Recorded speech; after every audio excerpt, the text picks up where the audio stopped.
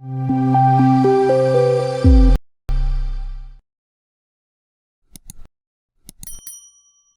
me, it took a long time to come to this decision, for example, right? I didn't plan my master's.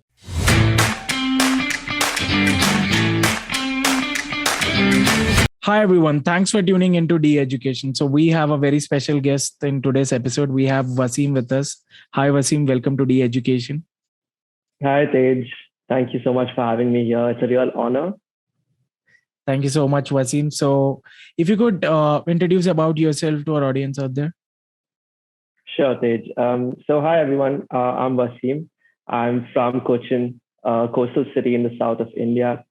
And I am currently an incoming graduate student at Wasim School of Design. I'll be joining this fall for their Strategic Design and Management Master's program. It's an MSc program, basically. So that's what I'm going to do right now. Prior to this, I have over 5 years of experience in the edtech industry. I was basically working at Byju's. I'm sure most of you might have heard of it. It's an e-learning app that creates learning modules for all sorts of grades from first standard all the way to 12. And I was working in their media department or their product development team, wherein I was helping them build learning videos, basically. I kind of fall in that bridge between the content team and the artists. So I'm somebody who drives the content from raw information to a finally visualized product. It's a little difficult to describe at times, but I'm sort of a creative designer in many ways. That's what I would like to call myself. That's wonderful, Wasim. So if you could walk us through your journey into design, understanding up what exactly is creative stuff and all, because you were an engineer earlier and now you are about to do a master's in design. So how was this all journey? Right. It's a very interesting journey, actually. Progressed on its own. It's kind of evolved in its own way. I haven't really had to make any sort of chaotic decisions in the middle of it. It might sound like going from engineering to design is like a big jump, but for me, it was a very smooth process, thankfully. So let me try and explain how I came about to this position, right? I was always interested in science to begin with in school. And so engineering was obviously my first choice. And I did enjoy engineering as well. But what I didn't realize was that I always had like a creative side to me, which I began exploring while I was in college, right? College gives you like plenty of opportunities, you meet new people, and that inspiration, got me to picking up a camera and starting photography as a side hobby, right? So from there, I slowly began to like understand visual arts a little bit more. I started doing a lot of graphic designing work for groups in college, for fests, etc. And so I slowly picked up design on the side as well, along with photography. And then naturally, I moved into a little bit of filmmaking. Now, all this is obviously like on the side, right? It's not like you're serious about it. I'm not comparing myself to a filmmaker or any of that sort. So don't take me in the wrong way. But it just sparked something which allowed me to like pursue it a little bit more seriously as the days went by. And luckily, when I was sitting for my college placements, right, at the end of my 4 years, Byju's came with a very interesting profile, which was for a creative associate. Now, I was quite impressed by the job description to begin with because it basically combined all the different skills that I was picking up on the side, right? It required you to be a director, a graphic designer, somebody who's good at writing. And I was like, wow, this sounds really interesting. And it's Byju's, it's an up and coming firm. I don't see why not. I should give this a shot. It's something that I like doing. And fortunately, it worked out.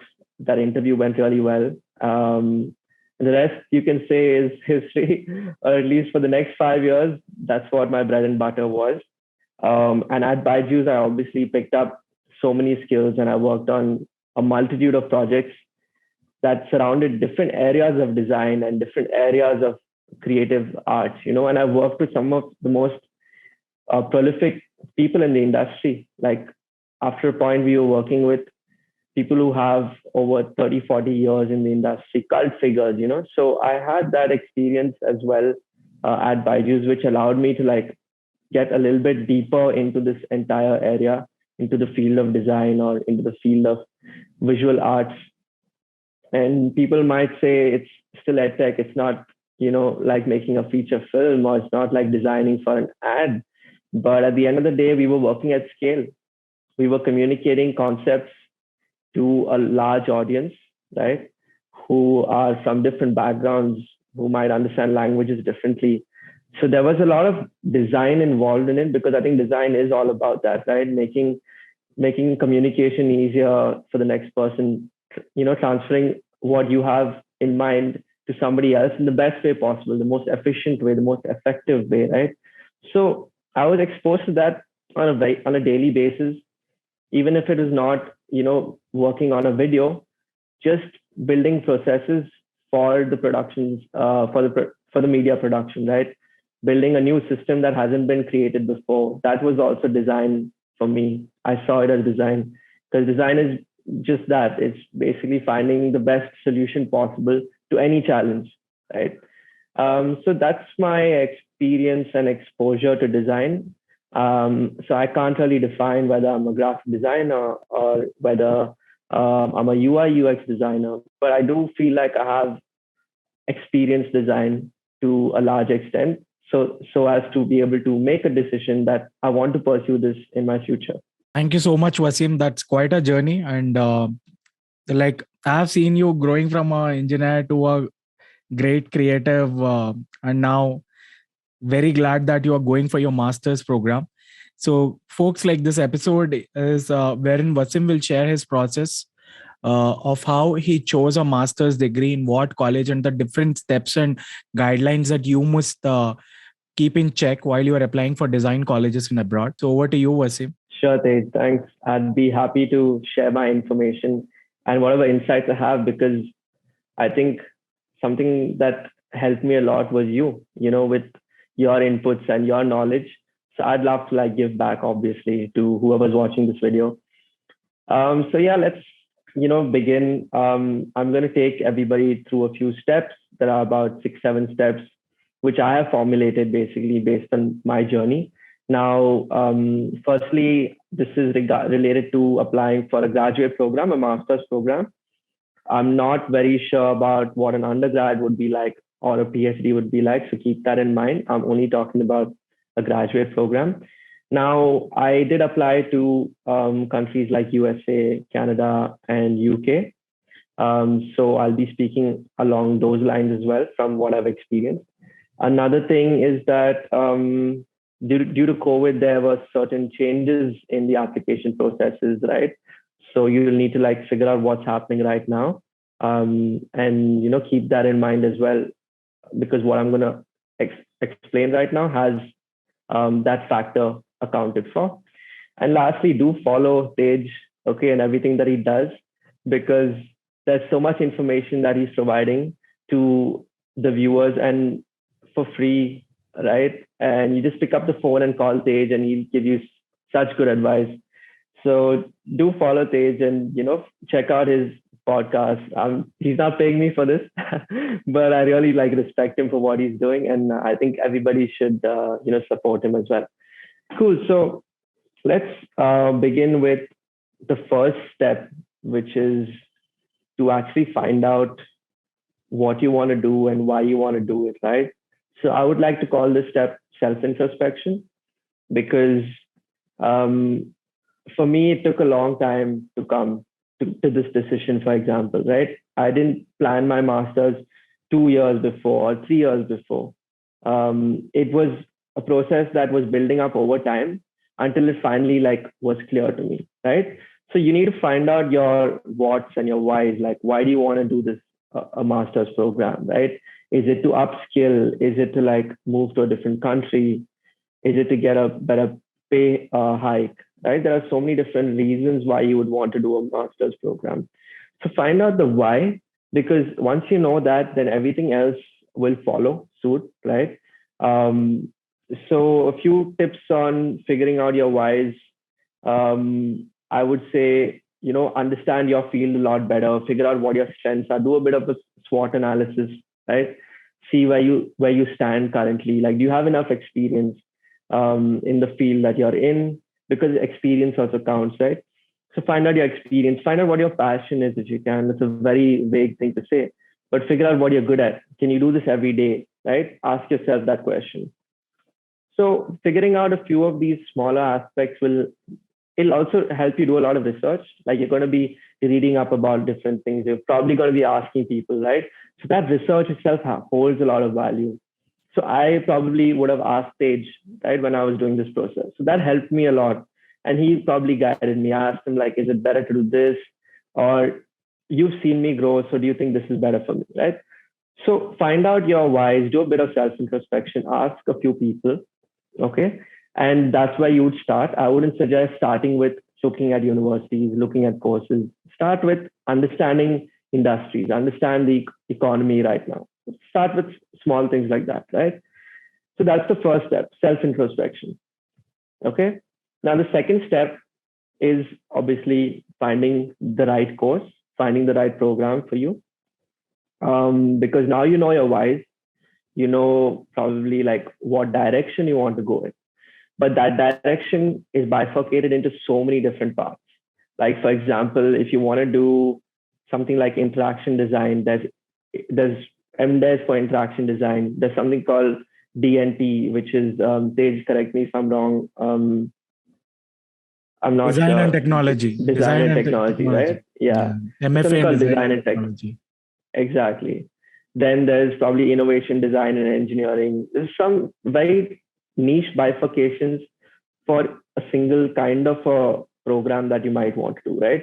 So now, with respect to finding the right course, that will take some time. Again, you need to start doing your research. But again, how do you go about doing your research? You will have to keep a few factors in mind. For example, the cost, right? You'll need to see that the cost is according to something that fits your budget, right? Cost is one important factor. Then you have the location. Where is this university located, right? That's also important because you should be able to find jobs in the same city probably, or at least in the same country. So find out, look at the location, look at how good the college is, what its reputation is like. Everybody likes to go and see the ratings of universities, right? So you need to check about the prestige of the university, right? I suggest not doing a course in a university that's not well reputed, because there are repercussions in the future that you might not see right now. Okay. Then you need to check the prospect or the scope. Like, how is this program or how is this course going to benefit me in the future? Maybe this field itself is going to be obsolete in the next 5 years. You don't know, right? So we need to figure out whether there is a good scope. See, with technology, there's always scope right now, isn't it?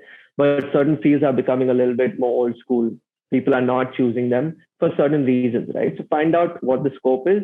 And lastly, and most importantly, it needs to be relevant to your current skills and the direction and the passion that you want to follow for the rest of at least for the next 5 years.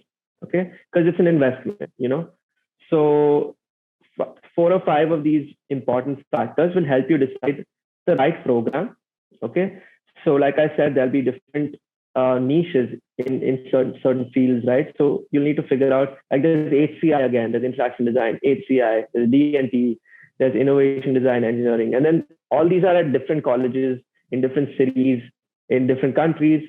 So again, you'll have to probably create a tier list or something and figure out what's good for you based on the factors that you have already decided, right? So there's a little bit of analysis that you need to do in this stage. And there are many other factors which I'm probably not going to discuss right now, but you'll figure it out, right? For example, what is the acceptance rate? Okay. So you need to be realistic about everything at every point. Cool. So that's about step number 2, which is finding the right program. Okay. Let me give you some insights into how I figured out this program for myself. So I was also looking at something like interaction design. I was looking at HCI, which were a little bit more technical, right? But what suited me was something that is more aligned with management and more aligned with design. as not being visual design, but design on the whole, design of finding solutions to challenges, because that's what I do every day, like I discussed, right? I don't have a very specific, I'm not a specialist. I have like a range of skills. So this worked out better for me, right? So like I said, I did apply to different types of courses. I kind of spread out my options. I didn't put all eggs in one basket. You need to have, priority colleges and then like your backups as well. So a few of these things, I think you'll figure it out. You can always reach out to me if you have any doubts. But I'll move on, right, to the next step, which is starting the application process. So say you've figured out your, 5, 6, or even 10 courses that you want to follow, right? So the next step is to obviously figure out how you go about the application process. Now, every website or every university, every school is different, right? How the UI is different. How you find information is different. So you need to start getting accustomed to how the information is arranged and start figuring out what they need from you for the application, because you'll need at least 4 to 5 months to figure out all these things. So start early so that you can like make a good checklist of, okay, this university needs an SOP, it needs LORs, it needs my portfolio, maybe it needs an IELTS or a GRE, right? So you need to start preparing for this well in advance. So go through the website, get accustomed to it, and start like making checklists of what all you need to submit to each college, okay? And there will be like caveats in each university, right? Some of them might not take IELTS, they'll only take TOEFL. And then within IELTS also, they might not take IELTS general, they only take IELTS academic. So read all the fine print, okay? Don't miss out on the fine print because that's very important for you. Also understand the deadlines. You need to like list out the deadlines, right? Most of them for me were December and Jan, like around end of December and starting of Jan. So keep in mind what the deadlines are. And this needs to be very loud and clear because you can't be doing anything in the last minute, all right? So write down the deadlines and make sure that you write down the timing as well, because there is a time difference, right? So don't miss out on, Pacific Standard Time, Eastern Standard Time. I honestly made a mistake with one of my applications. So keep in mind these small, finer aspects, because that's what sometimes makes the difference between whether you get in or you don't get in, right? So that's about the application process. I also suggest that you actually go into these applications and start filling them up and start uploading documents, because you'll run into some sort of a challenge at some point, because maybe your file size was too big, or how the uploads work are very different from what you imagined. So don't keep uploading for the last minute. Another very important and a small detail which I also missed out was, if you're uploading PDFs, right? You expect links in your PDFs to work, but when you upload these PDFs to their portals, they have this viewer, like a service, which doesn't allow them to click any links from your PDFs. So anything that you've hyperlinked in your PDF might not work, right? So again, think of these smaller aspects, especially if you're doing a design course, you need to like consider some of this. They give you a separate area, a separate place to put links, right? And that's what that's for. But think about whether you want to put links in your PDFs or not, depending on how their uploading platform works, okay? So this is again a very important advice, which I learned a little too late maybe. Okay, so that's about starting your applications and a little bit more about the finer aspects of the application process. Figure out the format of your documents, another very important thing, like how many pages things need to be, how many words, all of those things are, again, do or die, make or break types. So that's about your application. Now, step 4 is to submit it well in advance, right? It's a whole step. Submit it in advance, because you don't want to be sitting in the last minute and trying to submit it when things can go wrong, like anything can go wrong, right, in the last minute. So give yourself, I would say realistically, at least 2 weeks, but I'm not sure what kind of a person you might be. You might even push it to the last day if you're like me, but try and keep it at least 2 weeks before the deadlines, but even a week before, and I think you're good. I don't know if universities, prefer earlier applications. I wouldn't comment on that. But for your sake, better to like submit it as early as possible. Which is now that you've submitted your application, it's a great feeling because for the last 3-4 months you would have been like struggling. Okay, it would have been hell because you need to write so much, you need to get your SOPs, LORs, and now finally you submit the application. You think that the job is done, but no, this is where it kind of begins. And there's a lot of waiting, there's a lot of patience that you need to have.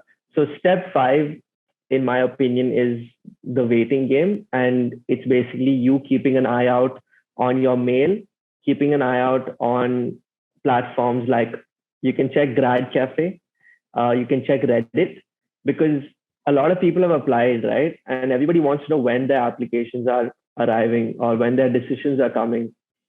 But you'll never know unless they mail you or you ask them. But some people get application decisions earlier, or some people get rejections first. So if you want to know what's happening, try and check out subreddits related to graduate admissions, or check out this website called Grad Cafe, where as soon as somebody gets an application decision, they comment on this platform. So you basically get to know that, okay, MSCS for probably UCLA, people have started getting their decisions, right? And if you haven't gotten yours yet, maybe they're yet to come to you, or if it's like a long time since people have gotten accepted, maybe you're not accepted, maybe you're rejected, right? So you'll get an idea of where you stand if you follow what's happening with others. Okay, so that's the waiting game where you need to just like wait it out. Now, in that period of time where you're waiting, you can start figuring out your funding, right? You can start figuring out or speaking to people on LinkedIn from that course or from that university. Start connecting with people. Start like getting acquainted with what it's like to be there. Like visualize yourself in that university, maybe. So imagine you're there and start like working towards connecting with people, figuring out the smaller mistakes that they made, which you don't want to make, right? Because when I connected with people, I found out that I need to start working on the visa process, for example, even though I had not received my admission decision, right? So start like speaking to people, okay, and also figure out your funding. I think that's an important part.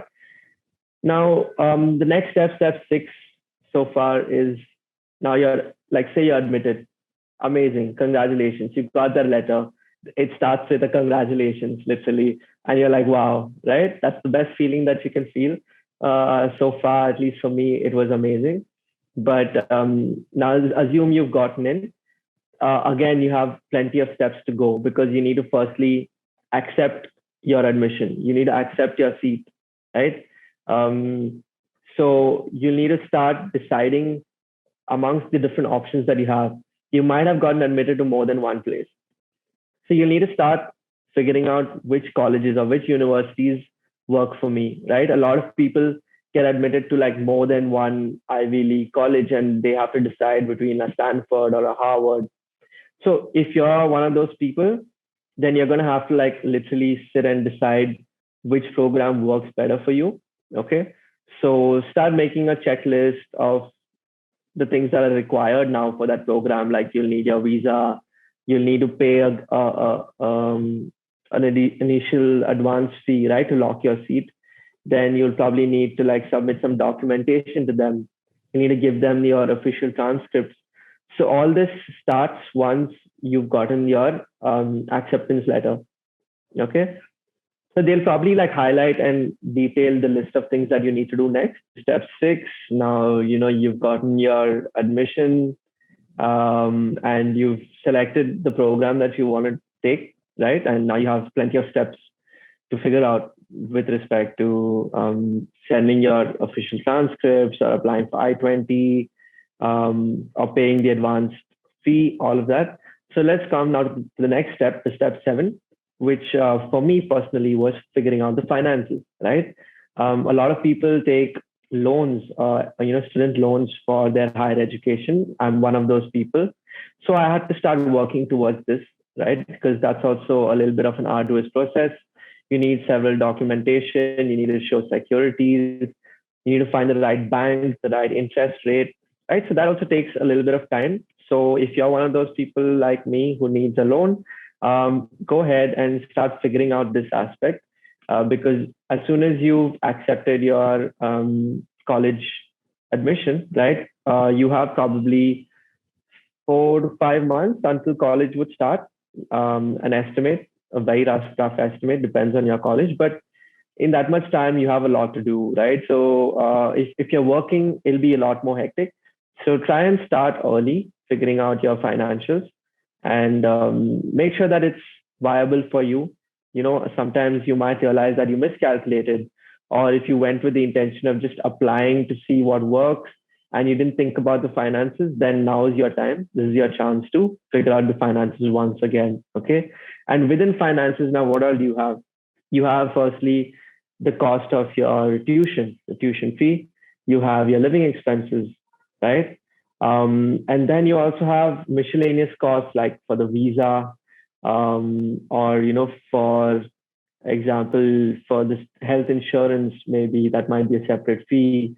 So there are so many miscellaneous costs that arise through the process of applying to your college and finally reaching there, right? For me, I think visa cost is one of the bigger ones. So keep these in mind and account for everything, right? After you figure out your finances, and you're working towards getting your loans if required, or whatever the funding may be. The next step is getting your visa, right? So all this works parallelly. I'm not saying like it's a very sequential thing. It's now a little bit more of things are like mixing it together. You have to do multiple things. It's a lot of multitasking, right? So your visa is also going to be one of those things which fall in that window between your acceptance and the day you reach college. So I'm going to be studying in New York, right? So I had to apply for the US visa, obviously. Now, for the US visa, the process is, I wouldn't say very complicated, but it is not very simple in many ways, right? Because a lot of people are applying at the same time. And so timing makes a big difference, right? And I think a little bit of luck as well. So I had to first get my I-20, which is a formal document from the university stating that this is the cost of the program, this is the program that this person is going to do, and we have given him the admission. So all those basic information from the university verifying that you are going to be studying with them. That's the I-20 documents. That's the first piece of the puzzle. The next piece would be your DS-160 for USA, which is basically the standard form that you fill for the US visa, right? You give all your information and then you write about where you're going to study, you write about your travel history. It's a bit of a long form, I would say, but it's not very difficult to fill up. Okay, it's not like impossible. You can do it in a couple of days, but make sure your information is all accurate and updated, right, to the best of your knowledge. So start working on your DS-160, get your I-20. Then the next big hurdle is the visa appointment, right? Visa appointments are not very easy to come by, right? You need to be like sitting on the website and making sure that as soon as the window opens, you're there to like grab a seat. So for somebody who's going through this right now or who's going to go through this in the future, what helped me was Telegram groups. There are Telegram groups that allow you to like follow the updates, right? There are millions of people like applying for US visa in India, especially there are quite a few, right? So there's a group which wherein whoever's applying for the visa, as soon as they see a seat open, they'll probably like put a message on the group saying slots are available, right? So I was following one of those groups, and luckily, as soon as a bunch of seats were opened up, I started the process of trying to get one of those seats, and that was also quite a process because you have so much traffic on the website. So every time you click something, like the site kind of crashes, and then you have to keep clicking refresh. So it's a whole process in itself just to get one seat. That took like at least 2-3 hours for me just sitting on the system, hitting refresh, going from one page to another. So I'll probably send that link to Tejj for the Telegram group. He can put in the description. It's quite helpful. that was the visa booking process. And then after that, you have your visa interview. Now, say you've got your appointment, right? It might be in Chennai, Bombay, or Delhi, wherever. Now you have to go for the interview. So that's like another hurdle. So it doesn't stop, right? Like you have to keep doing one level up on the previous task. And so the visa interview is also something that's known for being a bit of like a hit or a miss, right? There's a chance that you might not get through as well. Fortunately, I was able to get through my interview. I don't know what they look for. I can't really comment on that, but make sure your documentation is proper. There's ample tutorials on YouTube and checklists that you can find as to what you need to take. Just be confident about where your funding is coming from. Be confident that you're not going to go there to settle. They don't want you to be somebody who's going to go to the US or going to go to another country and like live there, settle there, especially when you're going for an education, right? So you need to show an intent of, returning back to your home country. So that's a very important point. Now, these things, again, you'll figure out in, due course of time. But the visa interview is one big step. So now I've clubbed the entire visa process into step 8. I will move to the next step, which is step 9, which is again something that works parallelly, is preparing the checklist of all the things that you need to do before you arrive in university. Start socializing with people that are also coming to the same school as you. Figure out your housing, right? You need to go there and like figure out where you want to live. So housing is a very important aspect. Then you need to get your vaccinations, right? You need to get all sorts of vaccinations. You need to get your immunization forms ready. There are so many I would say menial tasks that you need to get out of the way before you land in this respective country. So vaccinations is one thing, housing.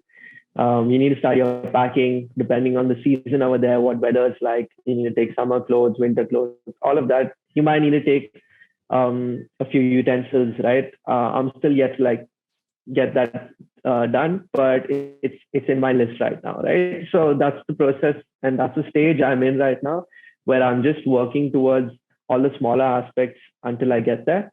I'm talking to people, figuring out what I've missed out and what I need to do before I arrive, or just people who are in the city that you're going to, so they know so many things about like you need to like find a house that's close to the metro station, for example, so that you don't have to walk too far in the winters. Find a place that has laundry in the building, for example. So all these, smaller aspects of living there is something that you'll only find out once you start talking to people. So it's very important to socialize. And I think that would be the last step. And that's where I am right now. I think one thing that I missed out on speaking about is booking the ticket. Now that depends on when you're confident enough to know that you're going for sure. It's mostly right after you get your visa. But remember that the ticket prices vary and they start jumping closer to the dates when school starts, right? So for fall, it would be around August is when the prices start hiking. So try and book your tickets as early as possible, get your visa as early as possible, and start like connecting with people as well, as soon as possible, so that by the time you're there, you're already like accustomed to a few things at least, right? And beyond that, I think the last thing to do is to just relax, unwind, spend time with your family, eat as much home food as you can, right? This is what people have been telling me, and now I'm taking it very seriously because I have just like 2.5 weeks to go. So I'm trying to just make the most of the time that I have here at home, because it's going to be a long haul. I don't know when I'll return, so until then, I'm just going to make sure that I take it easy and get prepared for what's to come. And I'm looking forward to it, but I'm also going to miss things here. So yeah, that closes the list. That's such a wonderful breakdown of all the things. Thank you so much, Wasim, for sharing this with this larger audience. And I'm for sure that this will help and inspire a lot of the people to take up a master's course in design. So thanks once again for coming on to the show and bringing in so much glory to this. And once again, like, congratulations for your new journey. And folks, like, whosoever have doubts, I'll attach Wasim's email as well in the description below.